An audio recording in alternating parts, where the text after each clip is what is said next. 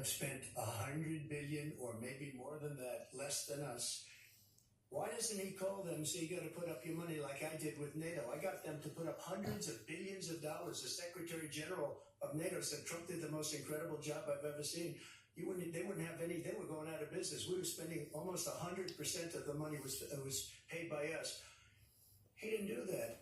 He's getting old. You got to ask these people to put up the money. We're over $100 billion more spent, and it has a bigger impact on them because of location, because we have an ocean in between. You got to ask them, as far as Israel and Hamas, Israel's the one that wants to go. He said the only one that wants to keep going is Hamas. Actually, Israel is the one, and you should let him go and let him finish the job. He doesn't want to do it. He's become like a Palestinian, but they don't like him because he's a very bad Palestinian. He's a weak one. President Biden, you have a minute. I've never heard so much foolishness. This is a guy who wants to get out of NATO. Are you going to stay in NATO? Are you going to pull out of NATO? The idea that we have, our strength lies in our alliances as well. It may be a big ocean, but are we ever able to avoid a war in Europe, a major war in Europe?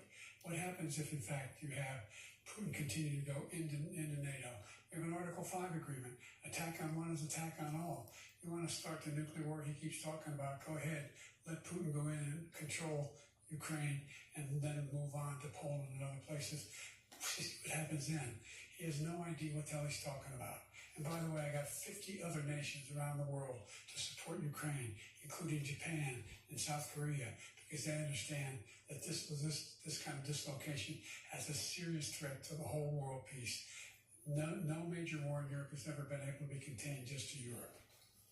President Trump, just to follow up, would you support the creation of an independent Palestinian state in order to achieve peace in the region? I'd have to see, but before we do that, the problem we have is that we spend all the money. So they kill us on trade. I make great trade deals with the European nations because if you add them up, they're about the same size economically. Their economy is about the same size as the United States. And they were no cars, they don't want anything that we have, but we're supposed to take their cars, their food, their everything, their agriculture. I changed that. But the big thing I changed is they don't want to pay. And the only reason that he can play games with NATO is because I got them to put up hundreds of billions of dollars. I said, and he's right about this, I said, no, I'm not going to support NATO if you don't pay. They asked me that question, would you guard us against Russia? At a very secret meeting of the 28 states at that time, nations at that time. And they said, no, if you don't pay, I won't do that. And you know what happened? Billions and billions of dollars came flowing in the next day and the next months. But now we're in the same position. We're paying everybody's bills. Let's turn to the issue of democracy. Former President Trump, I want to ask you about January 6, 2021.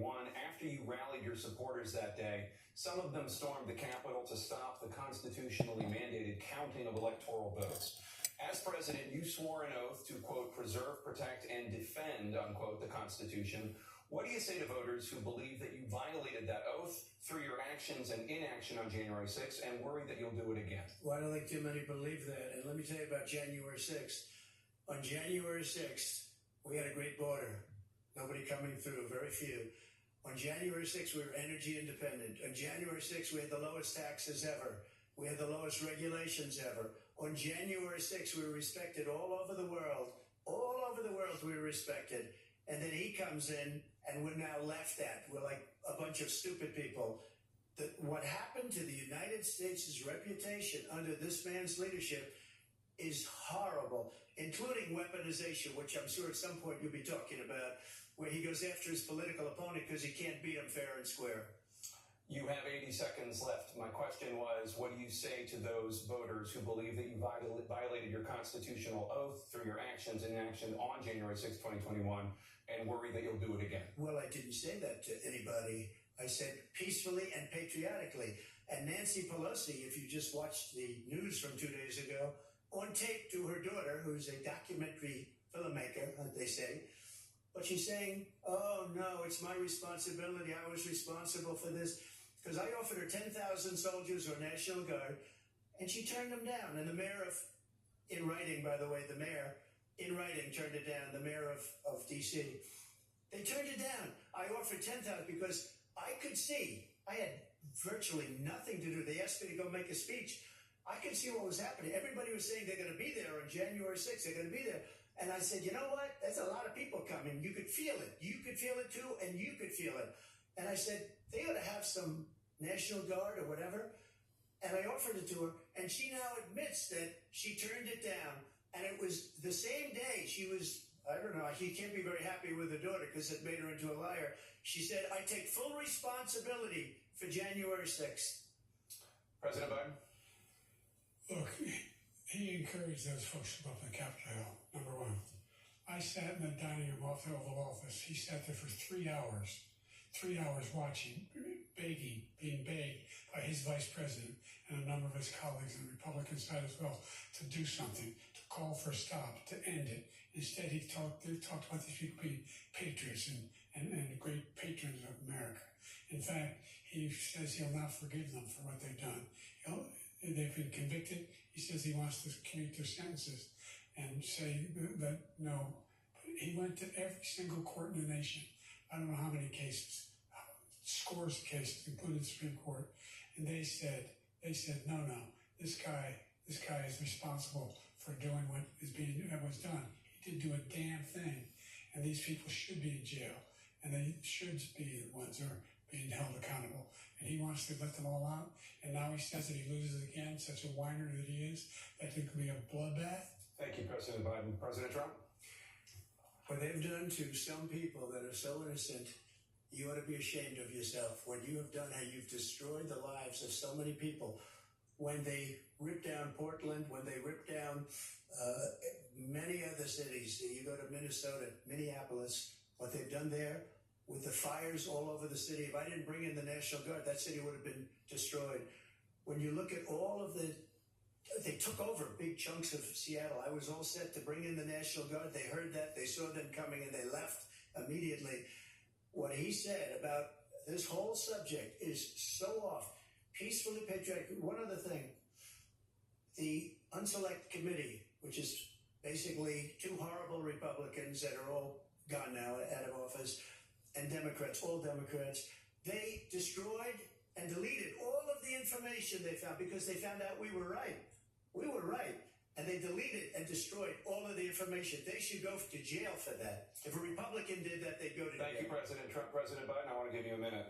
The only person on the stage is a convicted felon, is the man I'm looking at right now. And the fact of the matter is, what he's telling you is simply not true. The fact is that there was no effort on his part to stop what was going on up in Capitol Hill. And all those people, every one of those who were convicted, deserves to be convicted. The idea that they didn't kill somebody, just went in and broke down doors, broke the windows, occupied offices, turned over desks, turned over statues. The idea that those people are patriots? Come on. When I asked him the first two debates we had, first time around, I said, will you denounce the Proud Boy? He said, no, I'll tell them to stand by. The idea he's refusing, will you denounce these guys? Will you denounce the people we're talking about now? Will you denounce the people who attacked that Capitol? What are you going to do? I'm going to give you a minute, President Trump, for a follow-up question I have. After a jury convicted you of 34 felonies last month, you said if reelected, you would, quote, have every right to go after, unquote, your political opponents. You just talked about members of the Select Committee on January 6th going to jail. Your main political opponent is standing on stage with you tonight. Can you clarify exactly what it means about you feeling you have every right to go after your political opponents? Well, I said my retribution is going to be success. We're going to make this country successful again, because right now it's a failing nation. My retribution is going to be success. But when he talks about a convicted felon, his son is a convicted felon at a very high level. His son is convicted, going to be convicted probably numerous other times. Should have been convicted before, but his Justice Department let the statute of limitations lapse on the most important things.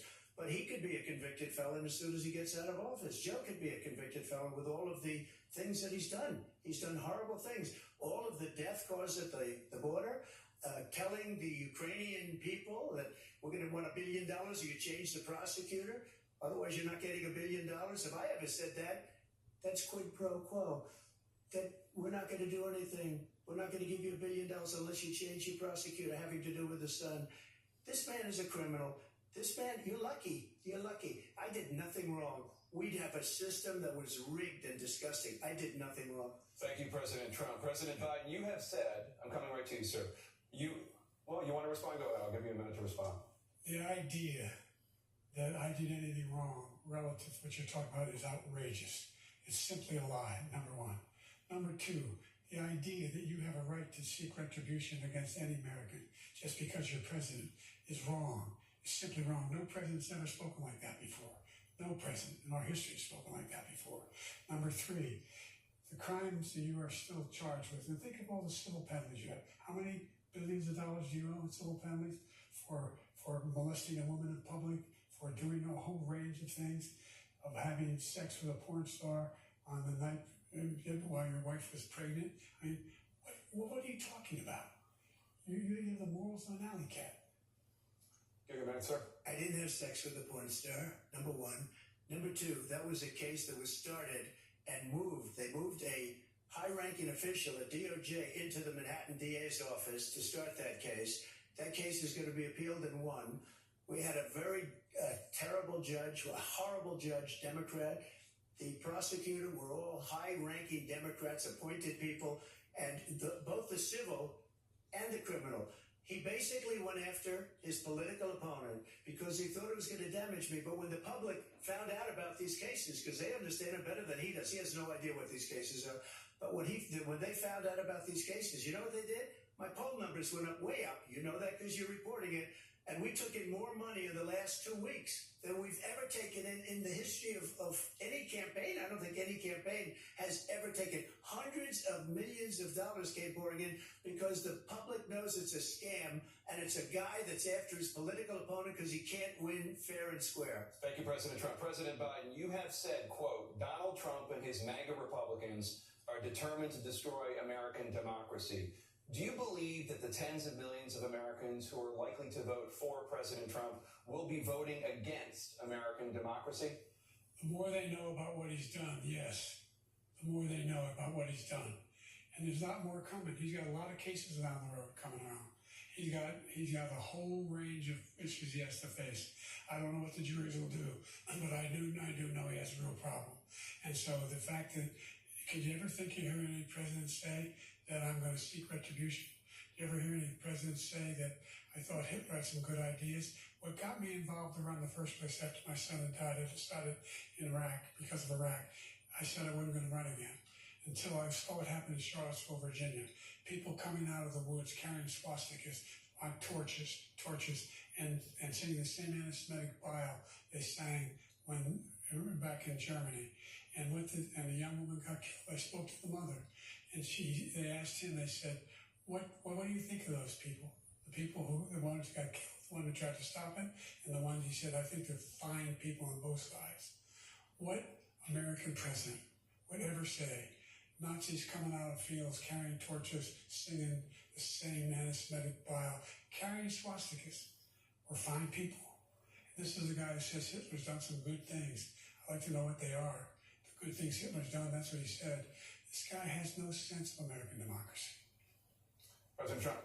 Jake, both of you know that story has been totally wiped out because when you see the sentence, it said 100% exoneration on that story. He just keeps it going. He says he ran because of Charlottesville. He didn't run because of Charlottesville. He ran because it was his last chance. He's not equipped to be president. You know it, and I know it. It's ridiculous. We have a debate. We're trying to justify his presidency. His presidency is, without question, the worst presidency in the history of our country. We shouldn't be having a debate about it. There's nothing to debate. He made up the Charlottesville story, and you'll see it's debunked all over the place. Every reasonable anchor has debunked it. And just the other day it came out where it was fully debunked. It's a nonsense story. He knows that, and he didn't run because of Charlottesville. He used that as an excuse to run. President Biden. And debunk. It happened. All you have to do is listen to what was said at the time. And the idea that somehow that's the only reason I ran. I ran because I was worried a guy like this guy could get elected. If he thought they were good people coming out of that forest, carrying those woods, carrying those torches, then he didn't deserve to be president. Didn't deserve to be president at all. And the idea that he's talking about all this being fabricated. We saw with our own eyes. We saw it happen on January 6th. We saw the people breaking through the windows. We saw people occupying his own vice president. Look, there's a reason why 40 of his 44 top cabinet officers refused to endorse him this time. His vice president hasn't endorsed him this time. So why? Why? They know him well. They serve with him. Why are they not endorsing him? Thank you, President Biden. We're going to be right back with more from the CNN presidential debate.